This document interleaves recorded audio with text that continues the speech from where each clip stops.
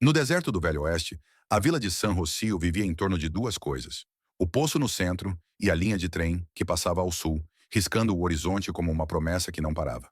Numa manhã de vento quente, chegaram três pessoas que não eram dali. A primeira era Clara, dona do armazém ambulante, que trazia tecidos, sal, pregos e notícias. A segunda era Jonas, um condutor de diligência que agora fazia bicos levando gente e carga entre vilas pequenas. A terceira era Eli, um rapaz que trabalhava nos trilhos e sabia escutar o chão. Dizia que cada trem tinha um peso diferente só pelo tremor. San Rocio tinha um problema que não aparecia em mapa. O poço, antes generoso, estava baixando. A água ainda vinha, mas mais lenta, e com um gosto levemente metálico. O tipo de gosto que faz a gente beber menos do que precisa. A vila reagiu como costuma reagir quando o medo não tem cara. Inventou regras. A cada amanhecer, um sino era tocado e as pessoas formavam fila. Um balde por família, um pouco para os cavalos. Nada de banho, nada de lavar roupa, nada de exageros. O xerife anotava tudo num caderno manchado, e quando alguém reclamava, ele apontava para o deserto e dizia: o deserto não reclama. Ele só toma. Clara, acostumada a negociar, viu ali uma chance de organizar melhor. Pegou três tábuas e, com tinta, montou um quadro ao lado do poço. Quem tivesse ficha podia puxar água. Quem não tivesse, esperava. É só para evitar confusão, ela disse com aquele tom de quem pensa estar ajudando.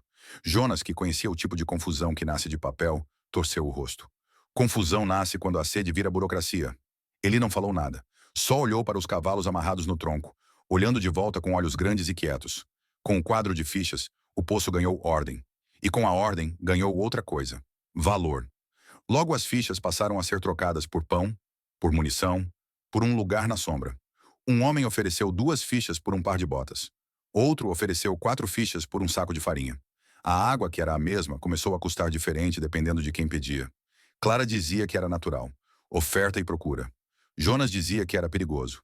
Sede e poder. Eli continuava indo aos trilhos todo fim de tarde. Ajoelhava perto da linha, encostava a palma na madeira das dormentes e esperava. Quando o trem vinha longe, ele sentia primeiro como um arrepio, depois como uma vibração nos ossos. E então o apito, alto, longo, atravessando o céu como se chamasse alguém que nunca respondeu. Naquela semana, o trem passou 2 vezes. Não parou. Só jogou fumaça e deixou o chão tremendo. No segundo dia, um vagão aberto mostrava barris vazios. A vila olhou aquilo como quem vê um insulto. Barris vazios eram uma piada cruel quando o poço baixava. Nessa noite, Jonas teve uma ideia simples e teimosa, do tipo que se tem quando se passa tempo demais na estrada. E se a gente parar o trem? Nem que seja só para pedir. O xerife riu. Parar trem não é pedir, é comprar briga. Clara, olhando seu quadro de fichas, pensou em mercadoria e em risco. Se parar, tem que ter algo para oferecer. Ninguém dá água de graça. Eli, pela primeira vez, falou como se a frase estivesse pronta há dias. O trem não precisa parar por gentileza. Ele para por motivo. No dia seguinte, antes do sol estalar a madeira, os três foram até a plataforma improvisada perto da linha. Umas tábuas, um poste e um lampião velho. Jonas levou uma bandeira vermelha. Clara levou uma lanterna. Eli levou um pedaço de trilho solto e uma chave inglesa. Não vamos sabotar nada, Jonas disse mais para si do que para os outros. Vamos sinalizar. Eles esperaram no calor que faz o mundo parecer parado. Quando o trem finalmente apareceu, distante, Jonas ergueu a bandeira. Clara acendeu a lanterna, mesmo com sol. Eli bateu o metal no trilho, um som seco, repetido, que viajava pelo ferro. O trem apitou de novo. Dessa vez o apito foi diferente, mais curto, irritado. E então, diminuiu. Só um pouco. O suficiente para fazer a vila inteira correr e ficar olhando, como se ver a locomotiva mais devagar fosse ver um animal raro. Ele não parou completamente, mas o maquinista jogou uma sacola pela lateral do vagão. Caiu na poeira com um baque. Dentro havia 2 coisas: um bilhete amassado e um cano de bomba manual, daqueles que puxam água de profundidade melhor que balde. O bilhete dizia, sem poesia: se o poço está baixando, não é o trem que vai encher, é a forma como vocês tiram. Usem bomba e parem de vender sede. Clara ficou com o papel na mão, sentindo o peso das palavras como se fossem moedas. Jonas pegou o cano e riu, aliviado, como quem ganha uma ferramenta depois de muito improviso. Eli olhou para o trem se afastando e disse, quase sem som. Ele parou o bastante. A vila se dividiu sobre o bilhete. Teve quem dissesse que era ofensa. Teve quem dissesse que era lição. Teve quem dissesse que era mentira, porque era mais confortável achar que a culpa vinha de fora. Mas a bomba funcionou. Com esforço, instalaram o cano no poço. A água começou a subir mais rápido, sem tanto desperdício, sem balde batendo e derramando. O nível não voltou ao que era, mas a retirada ficou mais eficiente. Os cavalos beberam com menos briga. As crianças, as poucas que havia, pararam de pedir só mais um gole, com olhos assustados. E aí veio a parte mais difícil, o quadro de fichas.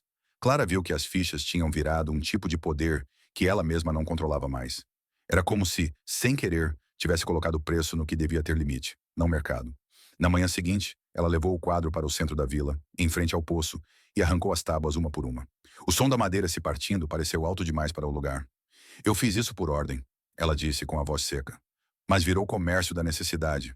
Não era para virar isso. Jonas não comemorou. Só assentiu como quem sabe que reparar é sempre menos bonito que quebrar. Eli foi até o tronco de amarrar e encheu uma bacia para os cavalos primeiro, sem pedir nada em troca. Só fez, como se a vila precisasse reaprender o básico pelo gesto. Naquela tarde, o trem passou de novo, rápido, sem olhar. O deserto continuou o mesmo. O poço continuou mais baixo do que antes. A vida continuou exigindo cuidado. Mas a vila mudou um detalhe que muda todo o resto. Parou de confundir organizar com controlar e controlar com merecer. Aprendizado. Quando algo é essencial para viver, a maior esperteza não é transformar em vantagem, é transformar em responsabilidade.